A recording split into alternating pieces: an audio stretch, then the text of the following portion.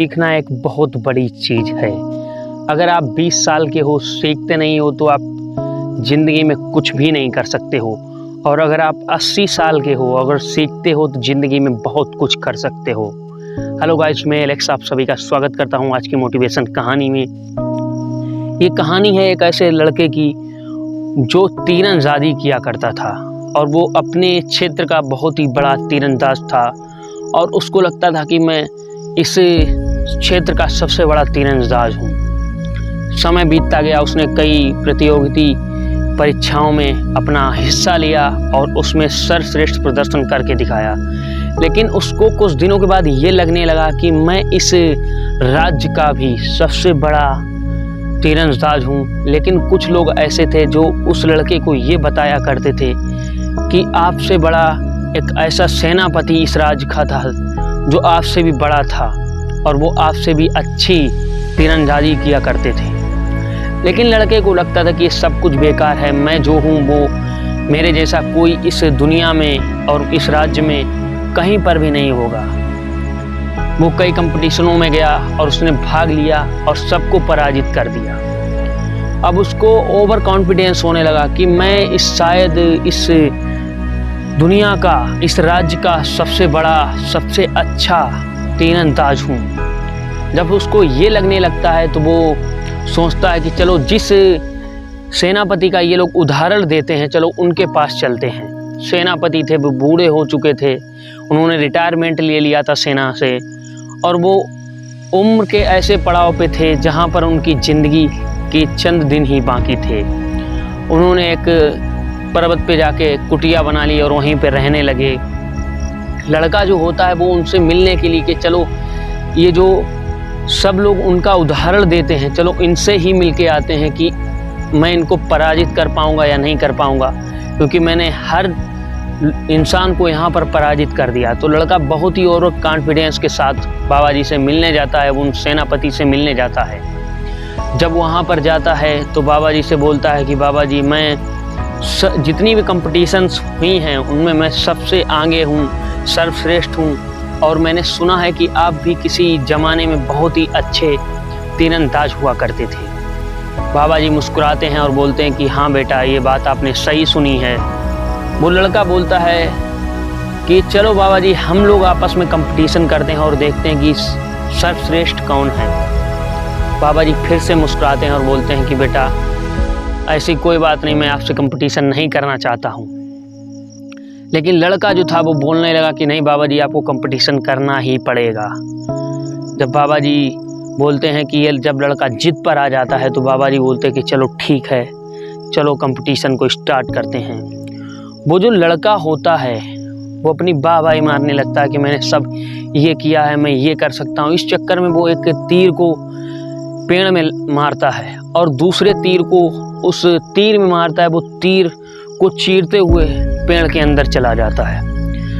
बाबा जी और ही ज़्यादा मुस्कुराते हैं, वो सेनापति जो थे, और वो लड़के की तरफ देखते हैं और बोलते हैं कि बेटा चलो कोई बात नहीं, आपने अच्छा प्रदर्शन किया, लेकिन जो हम लोग के बीच जो कंपटीशन होगा वो इस जगह पे नहीं होगा, एक ऐसी जगह पर चलना पड़ेगा जहाँ पर मैं चाहूँगा। लड़के ने कहा चलो ठीक है बाबा जी, कहाँ पर आप ले चलोगे। जब वो दोनों जाते हैं और बाबा जी उसको एक ऐसी जगह पे ले जाते हैं जहाँ पर दोनों तरफ पर जो पहाड़ होते हैं वो होते हैं और बीच में एक टूटा फूटा नदी में पुल बना होता है जिसमें गड़गड़ाहट की आवाज़ भी सुनाई पड़ती थी। और बाबा जी ने एक तीर को अपने लिया और एक पेड़ पर वहीं पे खड़ा था उस पेड़ पर मार दिया। और बाबा जी ने ये बोला कि इस तीर में अब आपको निशाना लगाना है, इस तीर को आपको निशाना बनाना है। वो लड़का ओवर कॉन्फिडेंस में बोलता है कि बाबा जी ये तो मेरे लिए एक बहुत ही छोटी सी बात है। वो लड़का तीर को मारने की कोशिश करता है और जैसे ही तीर को मारता है वो तीर उस तीर में नहीं लगता है।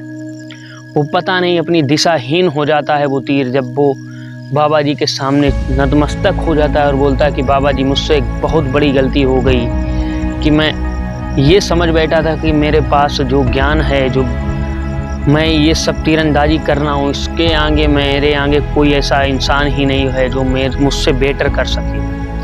बाबा जी बताते हैं कि जो इंसान हमेशा कुछ ना कुछ सीखता रहता है, वो लाइफ में बहुत बड़ा काम कर जाता है। तो इंसान को हमेशा सीखते रहना चाहिए। आप कुछ भी करते हो, आप किसी भी फील्ड में काम करते हो, आप 1000 रुपये कमाते हो, तो आप ये सोचने की कोशिश करो कि मैं एक दिन में 2000 कैसे कमाऊँ, मैं एक दिन में 3000 कैसे कमाऊँ, मैं एक दिन में 5000 कैसे कमाऊँ। कुछ लोग होते जो महीने का 1 लाख रुपए कमाते हैं, उनको ये लगता है कि मैंने बहुत कुछ कमा लिया है, मैं बहुत कुछ बन गया हूँ, मुझे लगता है कि मैं शायद मेरे लिए इतना बहुत ही ज़्यादा है। लेकिन वो ये कभी नहीं सोचते हैं कि मैं इससे ज़्यादा भी पैसा कमा सकता हूँ। क्योंकि अगर आप प्रयास करोगे, लगातार कोई मेहनत करते जाओगे, तो आप उससे भी ज़्यादा पैसे कमा सकते हो। दूसरी बात ये सीख दे के जाते कि लाइफ में कभी घमंड नहीं करना चाहिए कि मैं जो कर सकता हूँ वो कोई नहीं कर सकता। ये बात इंसान को सबसे ज़्यादा गड्ढे में डालती है। अगर आपके अंदर ये घमंड आ गया कि मैं जो कर सकता हूँ वो कोई भी इंसान नहीं कर सकता, तो आप गलत सोचते हो। आपसे भी ऐसे दुनिया में लोग पड़े हैं और दुनिया में ऐसे लोग हैं जो आपसे बहुत ही बेटर करते हैं, केवल वो अपना दिखावा नहीं करना चाहते हैं। आपको ये लगता है कि मैं दिखावा करूँगा तो मैं सर्वश्रेष्ठ हूँ, लेकिन आप याद रखो, अगर आप दिखावा करते हो किसी के सामने, तो आपसे ज़्यादा बेवकूफ़ दुनिया में इस इंसान कोई नहीं होगा। क्योंकि अगर आप जो दिखावा कर रहे हो, तो आपको यही नहीं पता है कि मुझसे भी ज़्यादा लोग अच्छे और समझदार लोग इस दुनिया में हैं। तो लाइफ में कभी भी घमंड ना करें।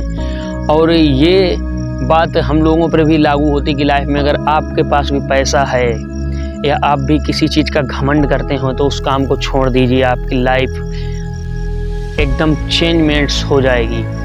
अब लाइफ में अगर आप कुछ भी करना है तो लोगों के प्यार के साथ कर दिए, लोगों को प्यार बांटते चलिए और लोगों के साथ मिलकर काम करिए। आपको दुआएं भी मिलेंगी और आप उस मुकाम पर जाओगे जहां पर आप जाना चाहते हो, उससे बड़े मुकाम पर जा सकते हो। बस अपने आप में कभी घमंड मत लाना और ये मत कभी सोचना कि मैं जो कर सकता हूँ वो कोई इंसान नहीं कर सकता। अगर आप कर सकते हो, अगर आप इस दुनिया में आए हो और अगर आप कर सकते हो, तो आने वाली पीढ़ी या आपसे पहले भी ये काम किसी ने किया होगा।